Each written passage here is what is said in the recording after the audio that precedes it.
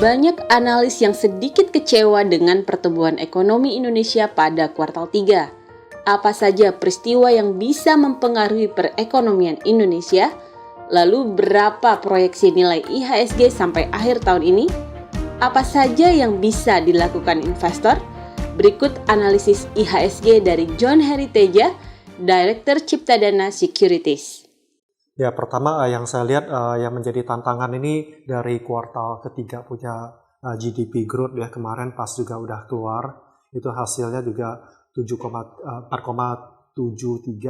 ya, jadi di bawah konsensus market 4,8%. Jadi yang saya lihat juga walaupun ada kenaikan dari kuartal sebelumnya, tapi juga kelihatannya juga tidak seperti yang diekspektasikan pasar.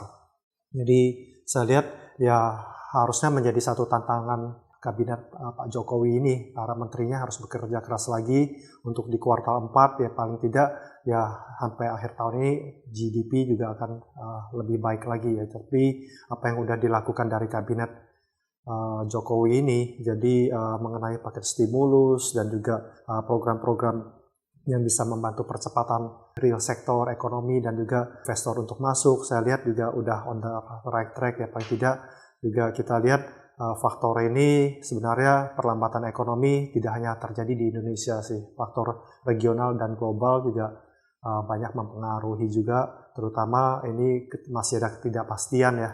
The Fed Amerika akan menaikkan suku bunga atau tidak di bulan depan, bulan Desember.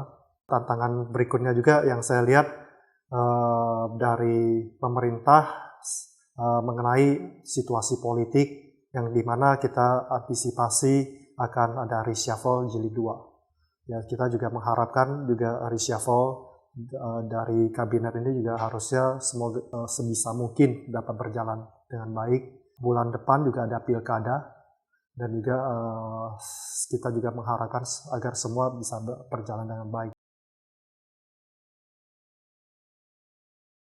Market strategi dan juga kita dari untuk IHSG kita juga udah merevisi ya. Sebelumnya target kita adalah IHSG di level 5.250 sampai akhir tahun 2015. Namun kita revisi ke target 4.900 sampai akhir tahun ini.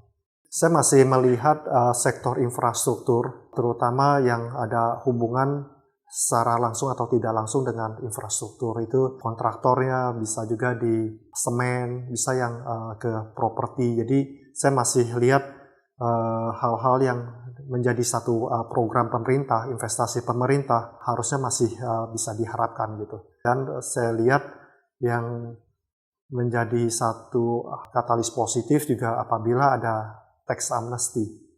Apabila tax amnesty bisa dijalankan dan bisa diimplementasikan, tentunya ini untuk item-items yang mahal seperti properti, saya lihat juga harusnya bisa membaik juga sih. Di mana kita lihat juga pasar properti sekarang di tahun 2015 ini masih sangat ini ya, penjualan masih kelihatan sulit dan juga permintaan untuk investasi atau juga untuk ditempati juga masih sangat turun lah. Saya lihat pada saat seperti ini masih banyak ketidakpastian untuk melakukan investasi pun saya lihat di pasar saham lebih selektif ya, dan juga benar-benar ke sektor-sektor yang kita yakini valuasinya masih murah dan juga potensi upside-nya juga masih kelihatan baik. Sektor yang seperti tadi mungkin saya katakan sektor salah satu infrastruktur. Dan pada saat ini juga dalam bentuk cash ya sangat penting sekali. Jadi saya lihat likuiditas dalam bentuk cash itu tetap harus ada.